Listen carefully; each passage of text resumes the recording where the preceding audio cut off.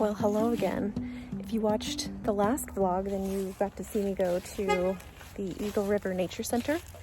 And since I was so close to Palmer, I just came out here to the Musk Ox Farm. So we're gonna get to see some musk ox today, and I'm really looking forward to this. Looks like that's the gift shop. And there, I can see some musk ox out there actually.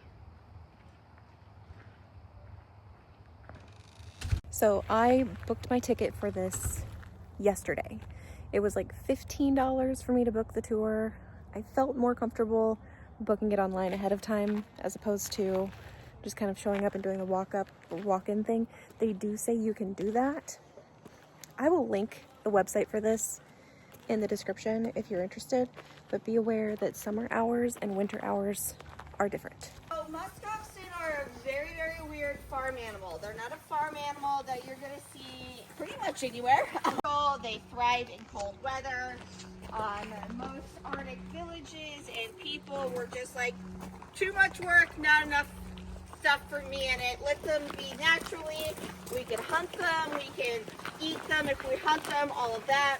And then after a couple, attempts of these European explorers to bring them home to Europe and they all died, it was universally accepted that obviously you can't farm them. Fun fact about musk oxen in Canada. Well, they were heavily protected because as a species, they'd almost gone extinct.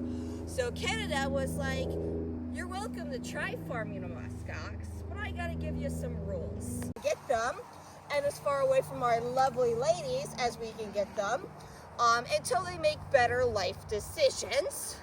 3 of the 9 are in harems, courting some lovely ladies, hopefully to become dads. And then the other ones are hanging out as a bachelor herd, pouting that they don't get girlfriends this year.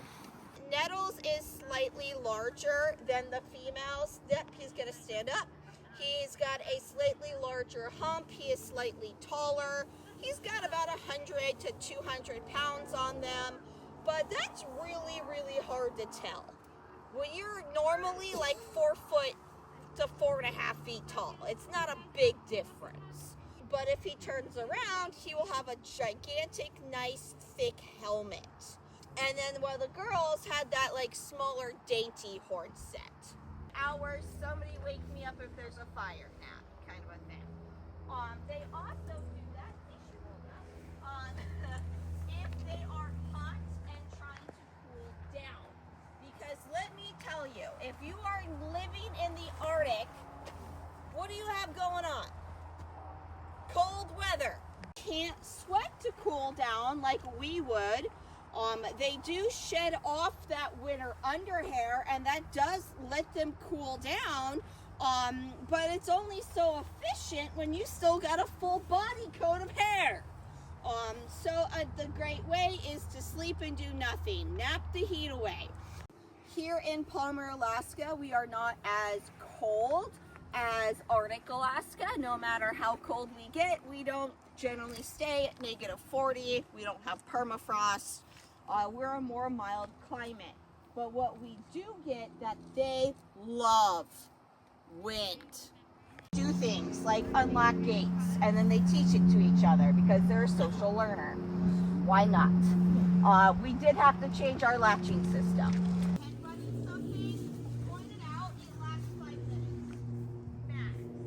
They are extremely low energy. If you are a dog person like I am, you would not compare them to the energy of a border collie or a husky. These guys have firm English bulldog energy. Like I took my 3 steps and I'm gonna nap for the rest of the day. And I said earlier, females usually live to be about 18. That does not mean that they cannot live longer than that. Sybil is 22. It's just that as you age, things like arthritis and other age-related things pop up. They catch up with you. You're not immortal. So they're coming through the barn more than once a week as we're teaching them don't headbutt farm staff when they're still small and manageable. Yes, the potato is 300 pounds, okay, but she's only got small horns, and she's only 300 pounds, versus 600. So we are bringing our yearlings more and more through the barn still. Like, instead of once a week, which is our maintenance of our older, mature musk ox, they're coming in like 2 to 3 times a week, getting handled. We're still reading them books as they come through the barn. It's possible, the easier it is for us in the future to take care of them. Also, it works for us because every time they walk through that barn, they're walking over a scale. We're not weight watching, fat shaming them. We're watching how healthy they are, because that hair hides everything. Breeding bulls. They are 13 this year. Then we've got 5 females who are between the ages of 19 to 20, 22. So we have all these musk ox that are a little bit over average lifespan. We had a bull who got neutered at 11, and he was. Are they related to moose at all, or Great. Great. It's not a dumb question. Not really. They have a similar diet, as in they do eat shrubbery. So they have like a kind of a similar facial structure. But they are part of the bovine super family. So they are an even-toed ungulate that chews a cud, but they are like a goat where they're a grazer and a browser, meaning they will eat shrubbery and all of that too. So not only are they eating grasses, they'll also eat shrubs, lichen and moss, pretty much anything that grows in the Arctic they'll eat. Related at all. Hi, Basil. I lost my truckathon. Anyway, so we had a female who lived to be 28. So yes, they can get old. Back behind the hill. The reason that we move our intact males as far away from our females as possible is because when you weigh about 800 to 900 pounds on average, and you can sprint at 35 miles an hour, fencing's a suggestion. And then they're like, okay, gotta work for the girls, maybe not that worth it. And then while we started to cool down, we haven't had our snap freeze yet, so we still have some grass growing in. So we are very, very excited that that might mean that we will have at least a little bit less hay that we need to feed out. Now, the reason that you think about hay is because, generally speaking, you have a 3-month grow season in Alaska. June 1st through August 31st, if you're lucky. He wants to hang out with us. He's just playing. That's why we can't have nice things. Yeah. This is why you can't have nice things on this farm. The stack of tires right next to him is what he should be headbutting, by the way. Yep. Yeah. By the way, that fence post is metal. These fence posts are metal. Not only are they metal, they're old drill bit pieces from the Alaska pipeline. And they do go down about 6 feet in the ground. And as you can see, they do get them the wiggle. Yeah, this is what happens when they get the spurt of zooming.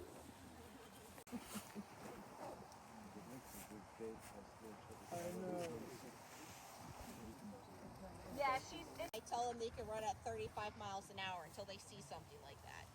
You're like, are you sure? They got like little chicken legs. And then you take a breeder.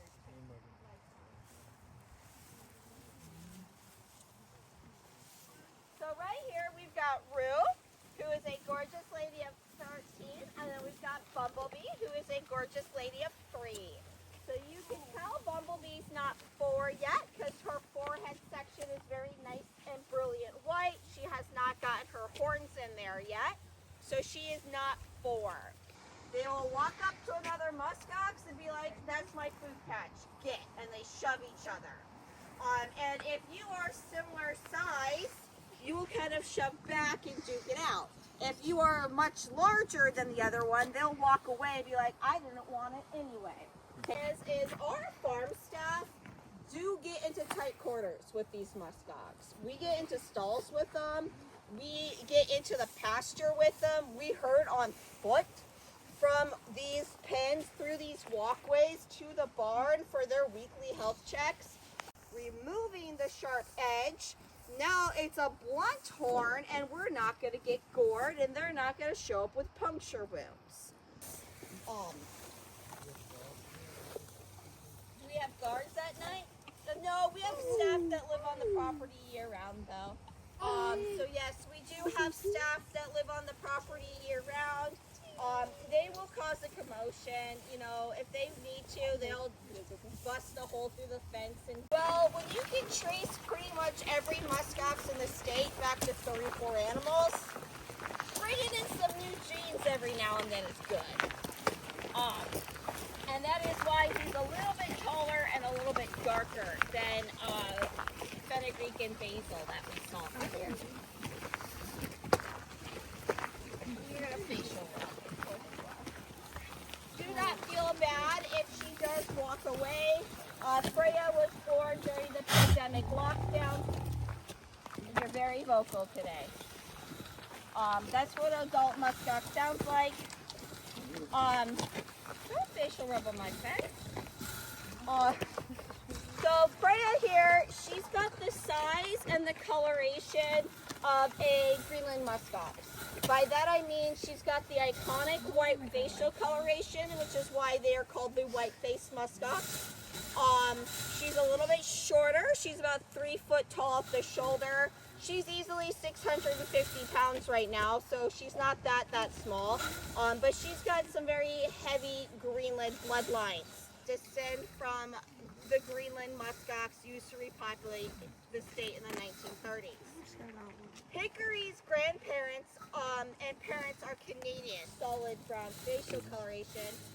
And it's not fair because I've got like a foot of extra height right now, but he's almost 5 foot tall at that shoulder, so he's taller. What Hickory's doing, he's not being really aggressive. What he's doing is he's facial rubbing on this fence. He's scent marking it, letting us know that this is his territory, that those are his girlfriends, that if we wanted to take these girlfriends, we'd have to go through him.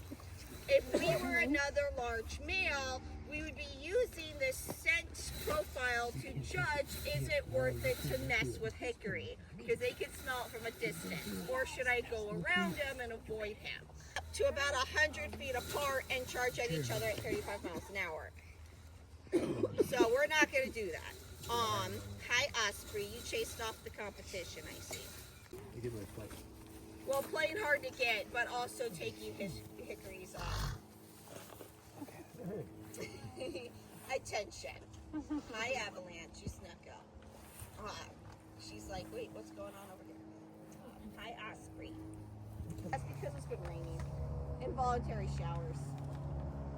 But he does have a little bit of fun. 50% of whatever females we bred. So if we breed 8 females more than if all of the females get pregnant, we can handle, because we've had some very successful years where they've all gotten pregnant, and then we've had some years where none of them have gotten pregnant. I'll show you the clips there in front of my house.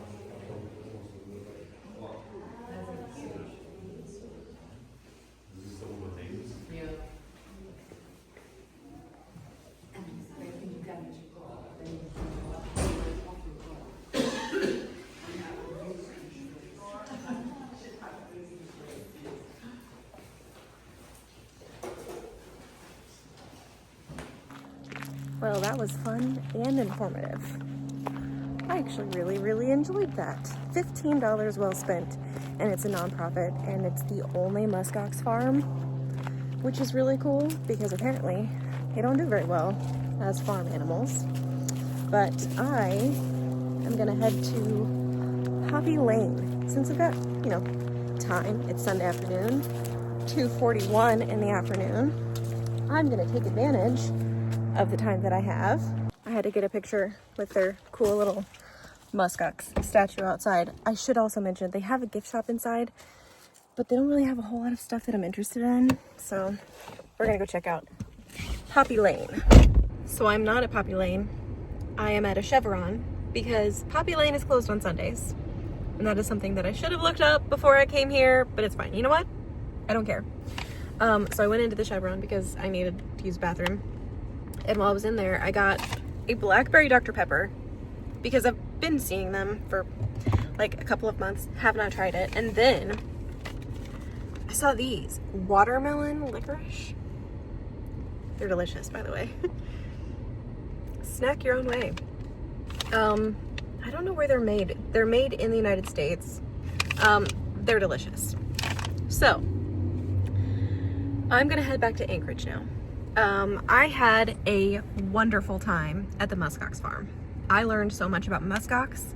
I did not know that they are not like farmable. Like this, I think she said this is the only musk ox farm in existence, period, which is very cool. And I guess like developing a musk ox farm was a whole thing. But I really enjoyed this, and the weather today cooperated, and it was just lovely and beautiful. I won't call it warm, but it was just stunning.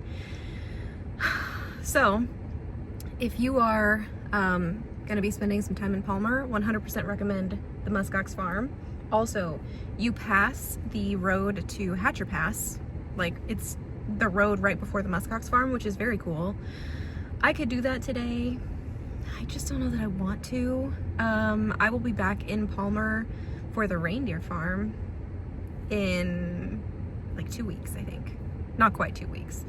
But I will be coming back to Palmer, so it could still happen, but I just don't know that I want to do it today. I've already done some hiking. I'm kind of getting hungry. That's why I bought a snack that I probably shouldn't have bought, but I don't care. So the Chiefs are currently winning, which I'm enjoying because it's not been going our way this season, but you know what? I don't really care. But yeah, I had a wonderful day. I had a wonderful time. I hope you enjoyed this video. Come back for another solo Alaska adventure really soon, but for now, that's gonna be it. You guys will see me in another video really soon.